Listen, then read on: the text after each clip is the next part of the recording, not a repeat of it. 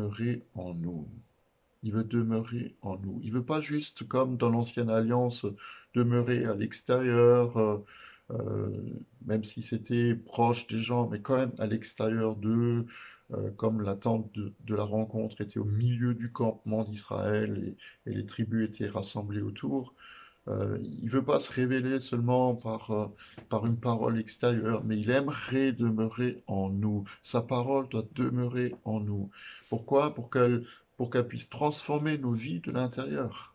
Je me souviens d'un ami qui disait souvent, qui travaille dans une cité un peu difficile, dans la banlieue de Strasbourg, il disait, c'est pas la peine de vouloir changer la couleur ou le crépi des immeubles si pour raviver les couleurs et pour améliorer l'habitat si à l'intérieur les gens vont pas bien.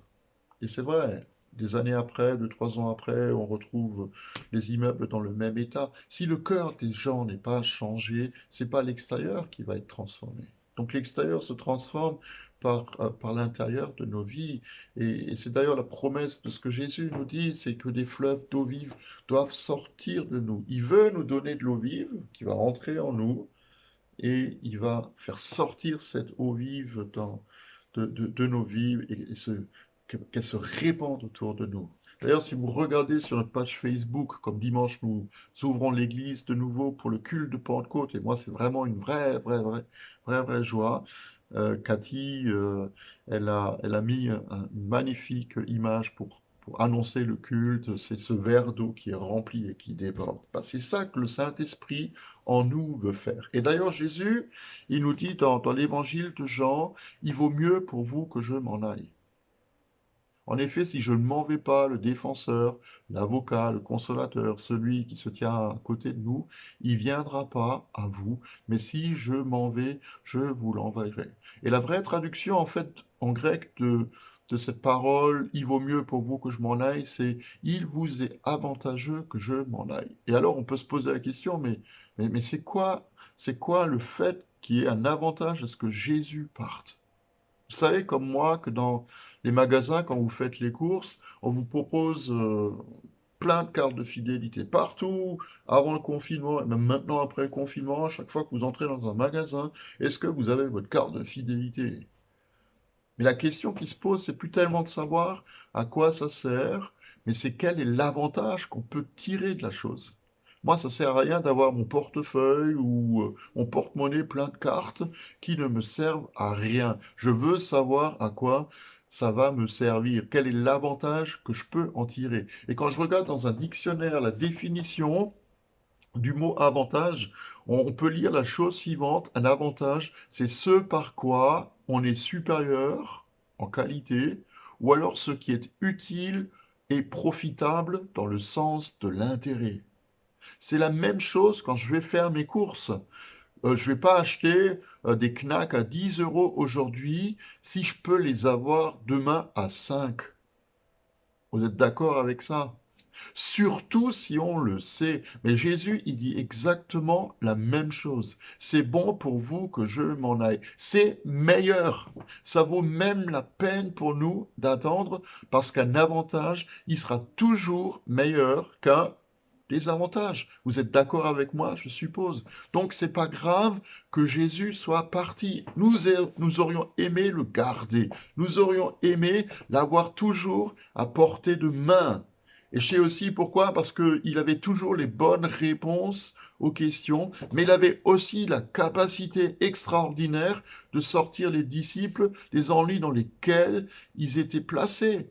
Par exemple, ils n'étaient pas capables de chasser un démon, et puis Jésus, il vient, et puis, waouh! Et après, il leur explique.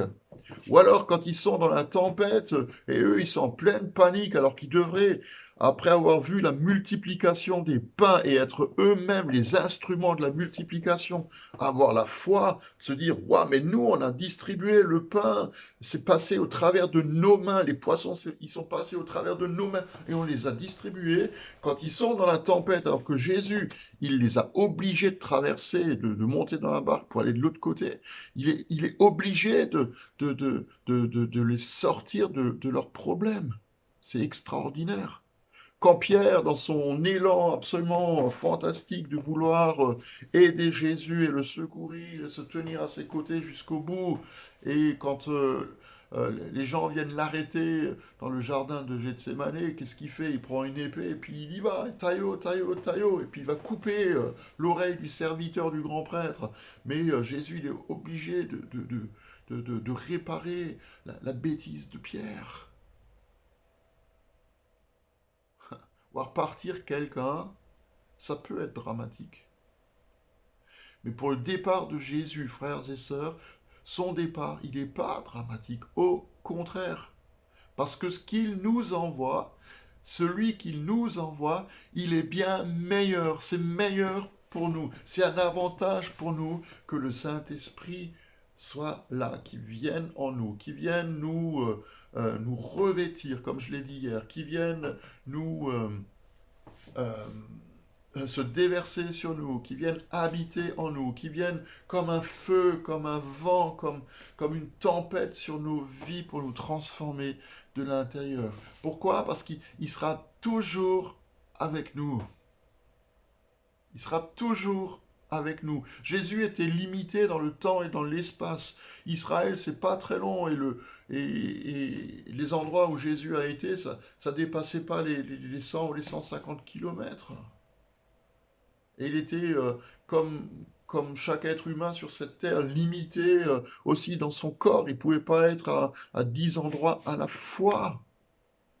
Mais le Saint-Esprit sera toujours avec nous. Nous l'aurons 24 heures sur 24 avec nous. Ce sera beaucoup plus intéressant que d'avoir Internet à notre disposition, parce que même Internet, de temps en temps, ça bug, de temps en temps, ça fonctionne pas, de temps en temps, il y a des interruptions, de temps en temps, quand vous êtes sur Zoom ou quand vous essayez de faire un live sur Facebook, vous vous rendez bien compte que la connexion, elle passe mal, mais là, ce ne sera pas le cas. Le Saint-Esprit, il sera toujours avec nous.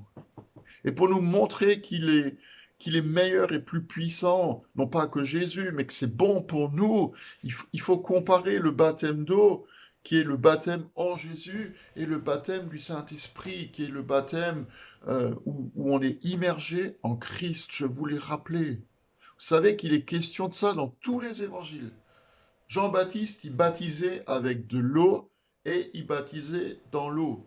Mais voilà, en résumé, ce qu'il dit, je vous baptise dans l'eau, mais celui qui viendra après moi, mais il y a quelqu'un qui va venir après moi, qui est plus puissant que moi, et je ne suis pas digne de lui enlever la courroie, de ses sandales. C'est lui qui vous baptisera dans le Saint-Esprit et le feu. Si vous avez quelqu'un qui vous dit, voilà, moi je vous baptise avec de l'eau, mais il y en a un qui est plus puissant que moi et que lui, il va vous baptiser dans le Saint-Esprit et dans le feu, comment est-ce que vous allez comparer le baptême d'eau et le baptême du Saint-Esprit? Lequel vous allez choisir? Lequel est le plus puissant? Et moi j'ai ma réponse, mais vous pouvez donner la vôtre. Vous n'êtes peut-être pas forcément d'accord avec moi, mais moi je choisis le baptême du Saint-Esprit.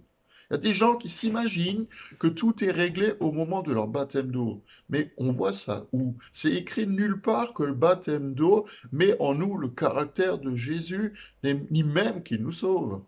Rien n'est vraiment réglé. Mais si on reste en Christ par son esprit, alors il va prendre une place qui sera de plus en plus grande. Il va demeurer en nous.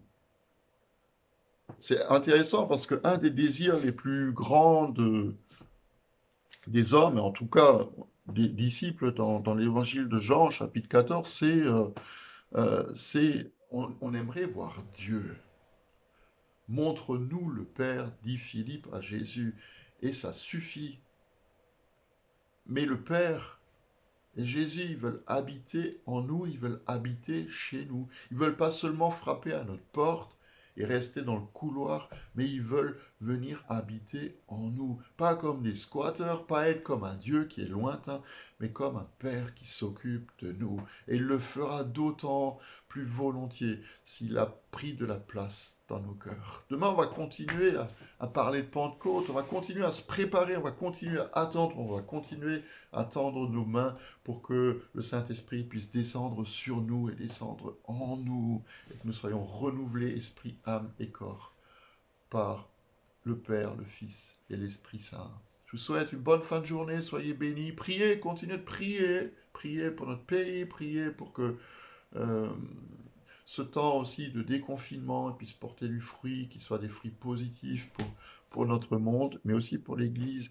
Continuez de prier que le Saint-Esprit soit déversé sur toute chair. Continuez à prier et à nous porter devant le trône de Dieu. Bonne fin de journée, à demain.